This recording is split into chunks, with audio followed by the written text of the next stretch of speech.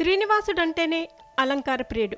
ప్రస్తుతం ధనుర్మాసం నడుస్తుండటంతో వైష్ణవాలయాలన్నీ భక్తులతో కిటకిటలాడుతున్నాయి. గోవిందనామ స్మరణతో ఆలయాలన్నీ మారుమోగుతున్నాయి. శ్రీ వెంకటేశ్వరునికి అలంకరణ అంటే ఎంత ఇష్టమో చెప్పనక్కర్లేదు. ఈ క్రమంలో స్వామివారిని రోజుకో అలంకారంతో పూజిస్తారు భక్తులు.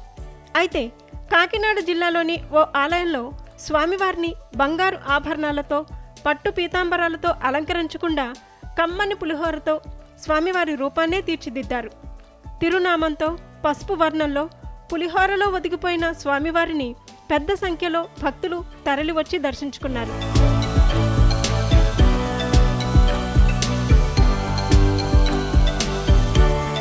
జిల్లాలోని తుని మండలం ఎస్ అన్నవరం గ్రామంలో వేంచేసి ఉన్న శ్రీ వెంకటేశ్వర స్వామివారి ఆలయంలో కమ్మటి పులిహోరతో చేసిన స్వామివారి స్వరూపం భక్తులను ఆకట్టుకుంటోంది.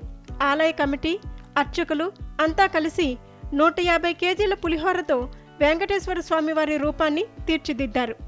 ధనుర్మాసం సందర్భంగా ఈ ప్రత్యేక అలంకరణ చేసి భక్తుల దర్శనార్థం ఉంచారు. అర్చక స్వాములు ప్రత్యేక పూజలు నిర్వహించారు. పులిహోరలో శ్రీ వెంకటేశ్వరుని ప్రతిరూపాన్ని చూసి ఆధ్యాత్మిక ఆనందం పొందారు. మరోవైపు ఆలయంలో ధనుర్మాసోత్సవాలు వైభవంగా కొనసాగుతున్నాయి.